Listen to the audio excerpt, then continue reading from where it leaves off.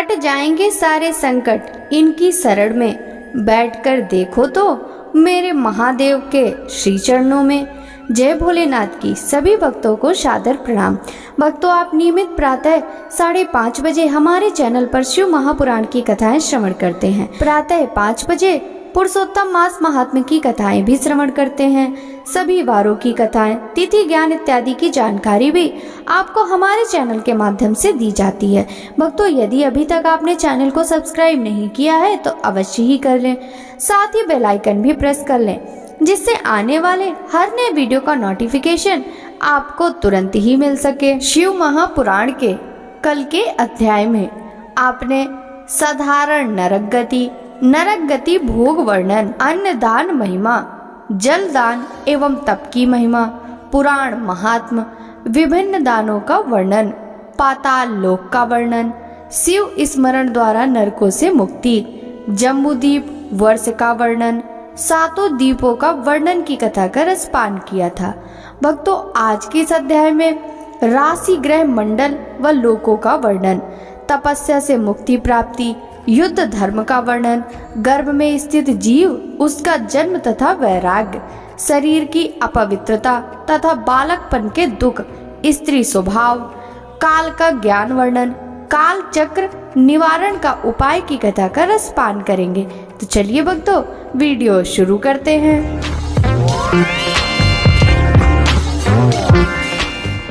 सनत कुमार जी कहते हैं, हे महामुनि व्यास जी, पृथ्वी लोक के जिस भाग पर सूर्य और चंद्रमा का प्रकाश पड़ता है वह स्थान भूलोक कहलाता है। पृथ्वी लोक से हजारों योजन ऊपर सूर्य मंडल है और इससे ऊपर चंद्रमंडल है।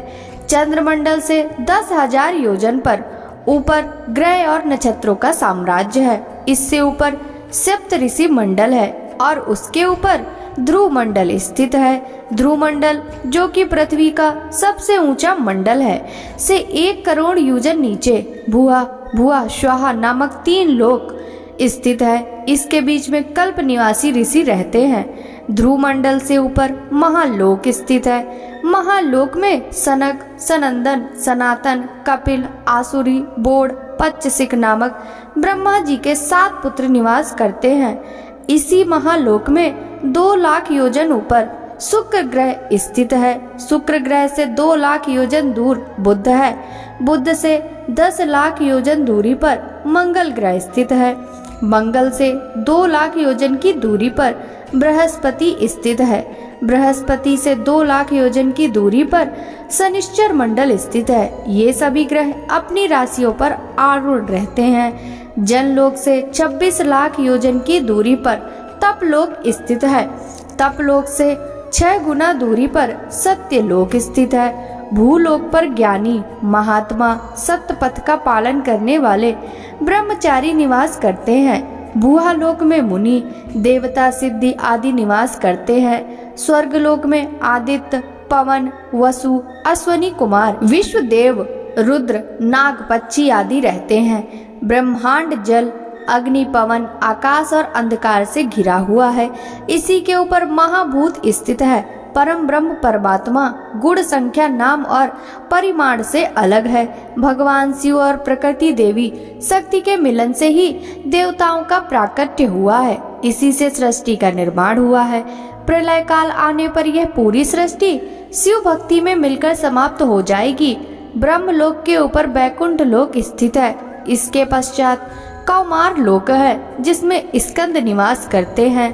तत्पश्चात उमालोक स्थित है। उमालोक में देवी जगदम्बा का निवास है। आदिशक्ति जगदम्बा से ही ब्रह्मा और विष्णु का प्राकट्य हुआ है। उमालोक के आगे इस जगत के पिता परम ब्रह्म परमेश्वर भगवान शिव का निवास स्थित है। भगवान शिव ही निर्गुण, निराकार, सर्वेश्वर हैं और सबका कल्याण करने वाले हैं। व्यास जी ने पूछा, हे सनत कुमार जी, अब आप मुझे यह बताइए कि कल्याणकारी देवादिदेव महादेव जी के परम भक्त किस लोक में जाते हैं, जहां जाकर भक्तों का इस लोक में आगमन नहीं होता। यह सुनकर सनत कुमार जी बोले, हे व्यास जी, भगवान शिव की परम कृपा प्राप्त करने हेतु सिर्फ एक मार्ग है, वह है तपस्या। तपस्या के बिना शिव लोक की प्राप्ति संभव नहीं है। इस संसार में सभी मनुष्यों, स्वर्ग के देवताओं, ऋषि मुनि और साधु संतों आदि ने तपस्या द्वारा ही महत्वपूर्ण सिद्धियां प्राप्त की हैं। तपस्या 3 प्रकार की होती है, सात्विक, राजस और तामस। जो तपस्या बिना किसी फल की इच्छा किए जाती है वह सात्विक है। जो किसी कामना की पूर्ति की तपस्या राजस, और उसी कामना की सिद्धि हेतु अपने शरीर को कष्ट देकर की गई तपस्या उसे तामस तप कहा जाता है। मन एवं विचारों से पवित्र होकर पूजन, जप, हवन, उपवास, आचार विचार, मौन, इंद्रिय करके किया गया तप सात्विक तप है। बावड़ी, तालाब, कुआं, मकान, धर्मशालाएं और विद्यालय बनवाने से शिव पद को पाने का मार्ग प्रशस्त होता है। धन, वैभव और मद में चूर होकर मनुष्य सांसारिक बंधनों में बंधा रहता है। 84,000 योनियों को भोगने के पश्चात मनुष्य योनि की प्राप्ति होती है। यदि इसमें भी उद्धार का कोई उपाय नहीं किया जाए तो सिर्फ पश्चाताप ही शेष रह जाता है।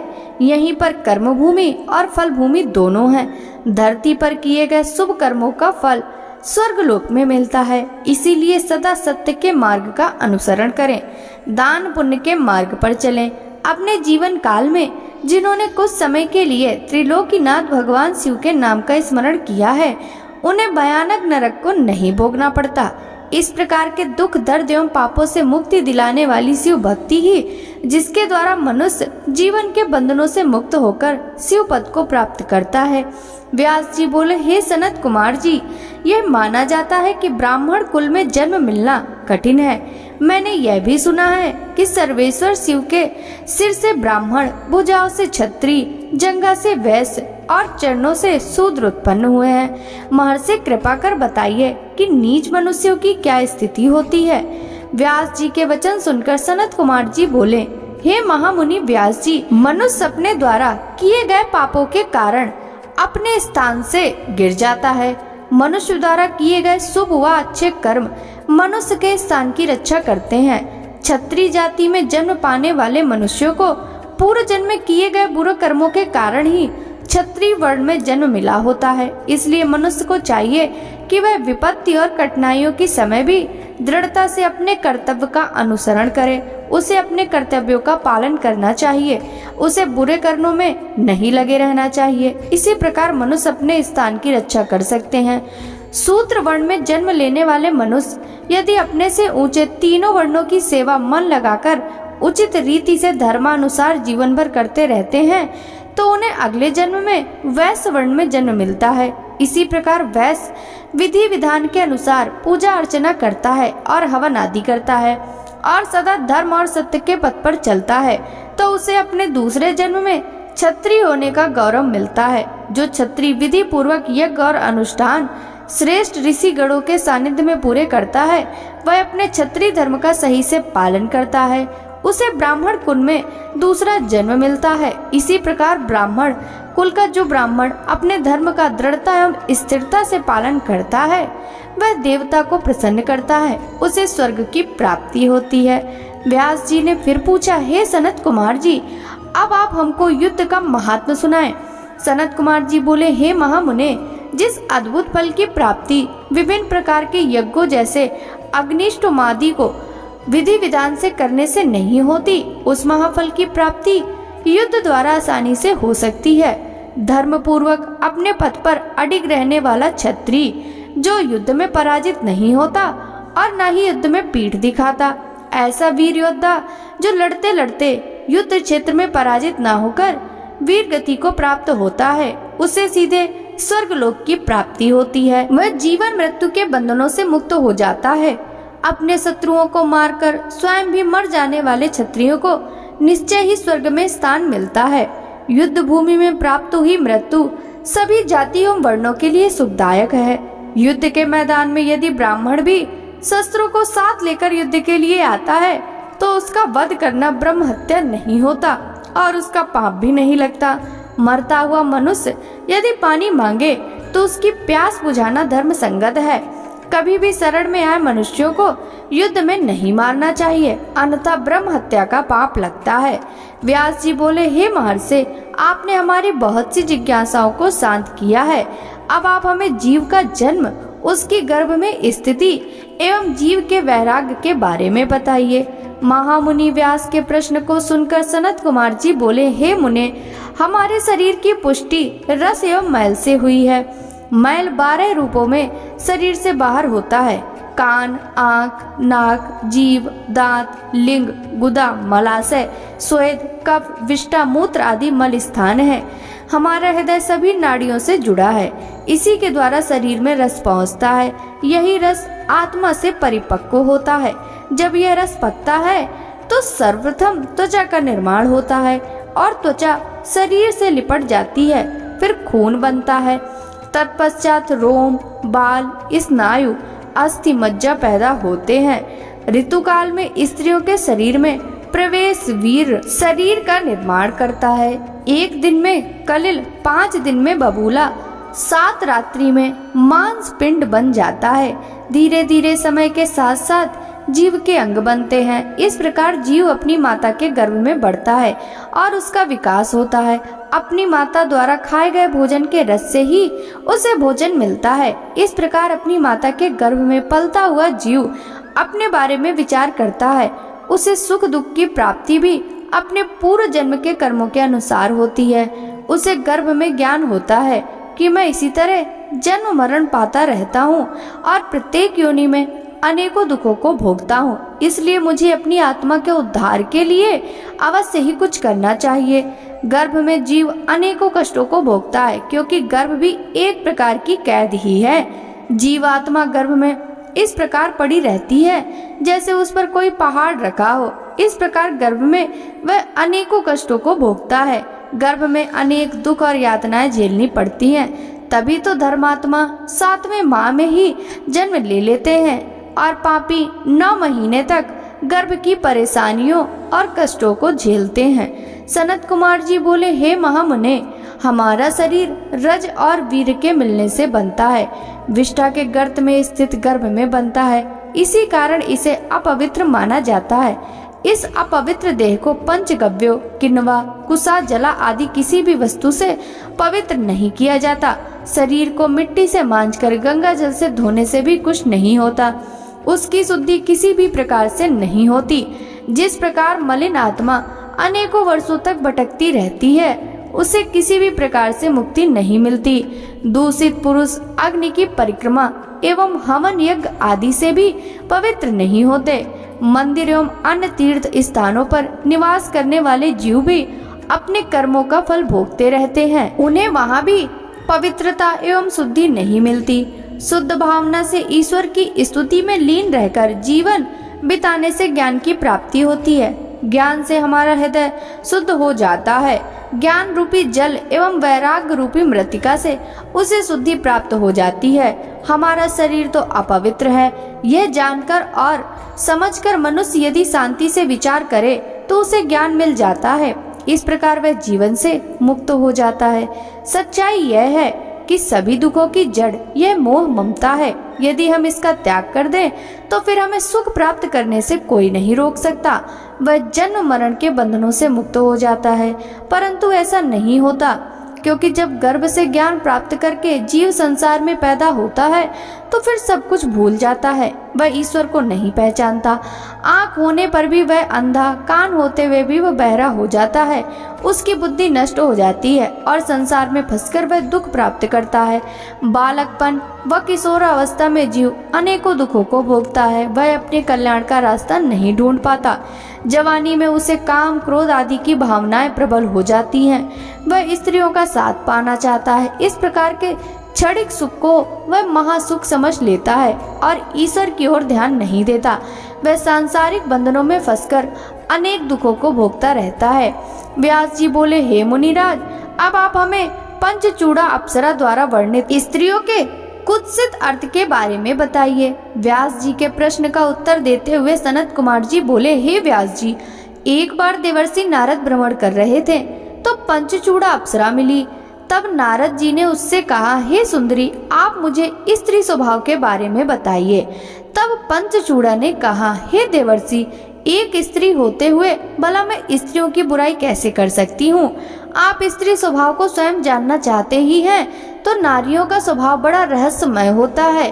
कुलीन, और अपवित्र कही जाने वाली स्त्रियां भी मर्यादा की रेखा को नहीं मानती। वे पापी पुरुषों का सेवन भी कर लेती हैं। सब पापों की जड़ नारी को ही माना जाता है। पुरुष द्वारा थोड़ा सा प्यार जताने पर स्त्रियां उसकी हो जाती हैं। आभूषण और वस्त्रों की चाह रखने वाली स्त्रियां कुसंगति में पड़कर बिगड़ जाती हैं। चंचल स्त्रियां बड़े बड़े विद्वानों और ऋषि मुनियों को भी मोह माया के झंझट में डालने वाली होती हैं। वे पुरुषों के साथ से कभी संतुष्ट नहीं होती। वे पुरुषों को देखते ही पाप की ओर उन्मुख हो जाती हैं। वे रति विलास को ही परम सुख मानती हैं। उन्हें धन वैभव की सदैव लालसा रहती है। सब प्रकार के दुर्गुण मिलकर भी स्त्री स्वभाव की समानता नहीं कर सकते। यमराज, मृत्यु, पाताल, बड़वानल, चूड़धारा, विष, सर्प, अग्नि सब मिलकर भी स्त्रियों की बराबरी नहीं कर सकते। वे महादारुण होती हैं। ब्रह्मा जी ने इस जगत को बनाते समय महापंचभूतों की रचना की, सारे लोगों को रच दिया। अपनी बनाई कृतियों में उन्होंने अनेक गुण भरे, परंतु स्त्रियों को बनाते समय सृष्टिकर्ता ब्रह्मा जी ने उनमें सिर्फ दोष ही दोष भर दिए। इस प्रकार पंचचूड़ा अप्सरा से स्त्रियों के बारे में ऐसे वचन सुनकर नारद जी को स्त्रियों से वैराग्य हो गया। सनत कुमार जी बोले, हे महामुने, एक बार शिव जी ने देवी पार्वती को काल चक्र के बारे में बताना आरंभ करा। शिव जी बोले, हे देवी, मृत्यु काल का ज्ञान इस प्रकार है, जिस मनुष्य का शरीर अचानक पीला पड़ जाए और ऊपरी भाग में लालिमा आ जाए, जिसकी जीभ, मुंह, कान व आंखें स्तब्ध हो जाएं, जो शोर शराबा ना सुन सके, जो सूर्य, चंद्र, अग्नि को काला या धुंधला देखे, ऐसा मनुष्य 6 महीने के अंदर ही काल का शिकार बनकर मृत्यु को प्राप्त होता है। जिस मनुष्य का बायां हाथ 7 दिन तक लगातार फड़कता रहे, शरीर कांपता रहे, तालू सूखा रहे, वह मनुष्य 1 महीने का ही मेहमान होता है।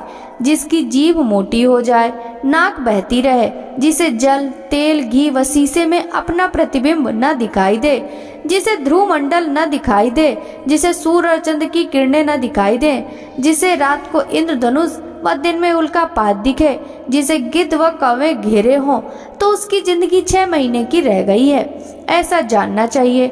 हे कल्याणी, आत्मविज्ञान, क्षण, त्रुटि, लव, काष्ठ, मुहूर्त, दिन, रात्रि, पल, मास, ऋतु, वर्ष, युग, कल्प, महाकल्प के अनुसार संकट जीवों का संहार करते हैं।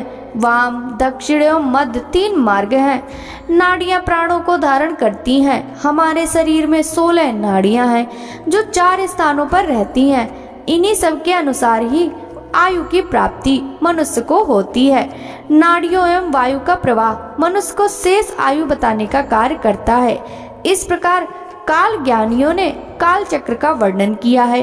देवी पार्वती बोली, हे नाथ, आपने काल चक्र का वर्णन मुझे सुनाया। हे देवाधिदेव, अब कृपा करके इससे बचाव का उपाय भी मुझे बताइए।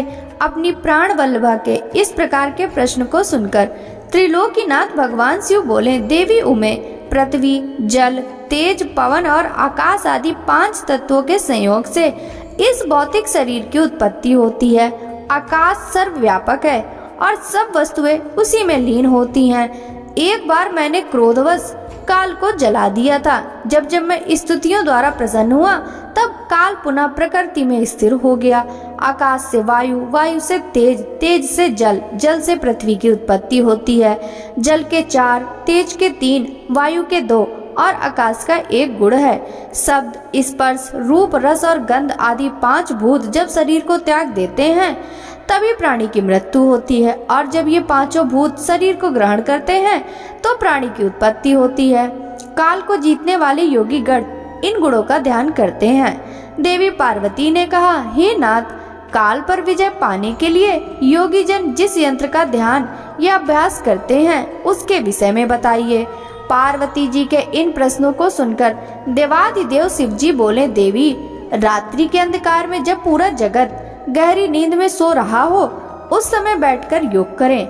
आसन पर बैठकर अपनी तर्जनी उंगलियों से दोनों कानों को बंद कर लें। इस प्रकार प्रतिदिन यही साधना करें।